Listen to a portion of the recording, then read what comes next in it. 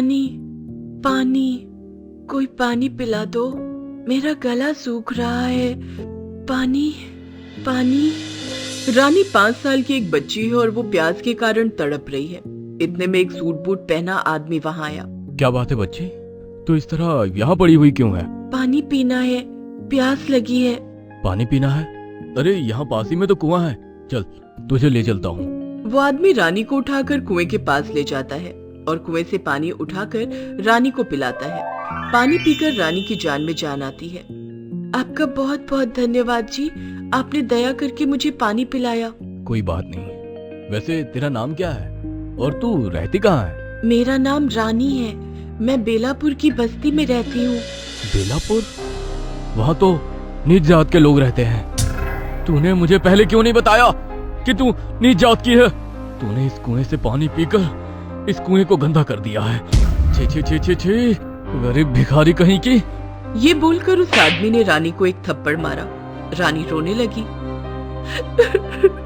आपने मुझे क्यों मारा साहब? सिर्फ पानी ही तो पिया है, पानी का भी ऊंच नीच होता है क्या? अच्छा, एक तो गलती करती है और ऊपर से जबान भी चलाती है। रुक जा। उस आदमी ने कुएं के पास रानी को एक रस्सी से बांध दिया। रानी रोने लगी, लेकिन एक गरीब बस्ती में रहने वाली नीच जात की बच्ची के आंसुओं की फिक्र भला किसे है? उधर बेलापुर की बस्ती में शाम होने को आई। बेला के माता पिता मजदूरी करके घर वापस आए। रानी को घर में ना देखकर उसका बाप बिरजू और माँ पुष्पा हैरान हो गए। पुष्पा, रानी कहाँ है? अभी तक घर नहीं आई क्या? वही तो मैं भी सोच रही हूँ जी, क्या हुआ हमारी बेटी को? दोनों बहुत चिंता में पड़ गए। बिरजू और पुष्पा दोनों हर सुबह मजदूरी करने चले जाते हैं। उसके बाद रानी बकरियों को चराने के लिए निकलती है और दोपहर तक घर लौट आती है। लेकिन आज उसके हाथ से एक बकरी छूट गई और उसे पकड़ने के लिए रानी दौड़ने लगी। रुक जाओ, अरे रुक जाओ, उधर मत जाओ, वो साहब लोगों का इलाका है। लेकिन बकरियों को इलाके के बारे में क्या ही पता था। वो उसी इलाके में घुस गई। दौड़ते दौड़ते रानी भी वहीं पर पहुंच गई। इतनी देर दौड़ने के बाद उसे बहुत जोर से प्यास लग गई और वो प्यास के मारे तड़पने लगी। यही थी रानी की गलती और उसी गलती का खामियाजा वो अभी भुगत रही है। एक पेड़ के साथ उसे बांध दिया गया। साहब, मुझे छोड़ दो साहब, मैंने आखिर किया क्या है? तूने जानबूझकर हमारे कुएं का पानी पिया है। मैंने मुखिया जी को बुलाया है, वो अभी आते ही होंगे। हे भगवान, आपने तो सभी के लिए एक ही धरती दी है। उस धरती में पानी भी सबके लिए है, तो फिर ये भेदभाव क्यों? तभी वहाँ पर मुखिया जी चले आए और कहा, अरे चुप कर छोटी जात की लड़की, बस्ती में रहकर भगवान का नाम मुंह में मत ले, शोभा नहीं देता। मुखिया जी मुझे छोड़ दीजिए, मेरे माँ बापू चिंता कर रहे होंगे। छोड़ दूं? अरे तूने हमारे कुएं को अपवित्र किया है, उसे ठीक तो करना पड़ेगा ना। मुखिया जी दानवों की तरह हंसने लगे। रानी डर के मारे चुप हो गई।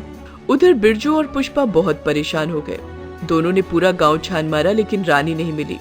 तभी एक औरत दौड़ते हुए आई और पुष्पा से बोली, अरे पुष्पा, उधर देख तेरी बेटी ने क्या किया है। रानी, क्या किया है रानी ने? मैं तो उधर से आ रही थी और मैंने देखा। उस औरत ने पुष्पा को सब कुछ बता दिया। पुष्पा और बिरजू तुरंत दौड़ते हुए वहां पहुंच गए और मुखिया जी के पैर पकड़ लिए। मुखिया जी, माफ कर दीजिए मेरी बेटी को, उसे अभी समझ नहीं है। हाँ मुखिया जी, छोड़ दीजिए मेरी बेटी को, हमारी इकलौती बेटी है। और ये इस गांव का इकलौता कुआं है। अरे तुम लोग तो तालाब नाली कहीं से भी पानी पी लोगे, हाँ? लेकिन हमें तो इस कुएं से ही पानी पीना पड़ेगा ना। उसे भी अपवित्र कर दिया है तेरी बेटी ने।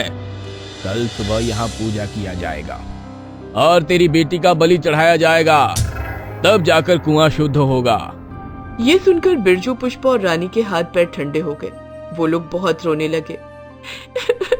नहीं मुखिया साहब, मुझे मत मारिए, मुझसे गलती हो गई, मुझे मत मारिए। मुखिया जी, छोड़ दीजिए मेरी बेटी को, उसकी बलि मत चढ़ाइए।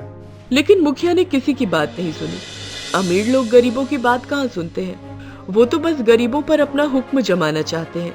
पूरी रात रानी और उसके माता पिता रोते रहे। सुबह सब कुछ खत्म हो जाएगा, एक बूंद पानी के बदले एक जान, ये कहाँ का नियम है? बेलापुर बस्ती में अफरा तफरी मच गई। सभी की आंखों में आंसू आ गए। हाय रे बेचारी बच्ची, भोली बच्ची, इतनी सी उम्र में जान चली जाएगी रे तेरी। हे भगवान, रानी को बचा लीजिए, भगवान रानी को बचा लीजिए। और आखिरकार सुबह हो गई। कुएं के पास मुखिया जी पूजा में बैठ गए। वो आदमी भी मुखिया जी के पास में ही बैठा रहा। कुएं की पूजा के बाद मुखिया जी एक तलवार ले आए। अब इस लड़की की बलि चढ़ाई जाएगी, उससे पानी की देवी खुश होंगी और कुआं पवित्र हो जाएगा। रानी का चेहरा डर के मारे सूख गया। पुष्पा बेहोश सी हो गई और बिरजू ने अपनी आंखें बंद कर ली। मुखिया जी ने तलवार उठाई।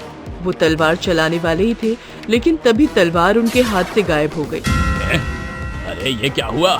तलवार कहाँ गया? वही तो, तलवार कहाँ गया? ये तो घोर अमंगल है।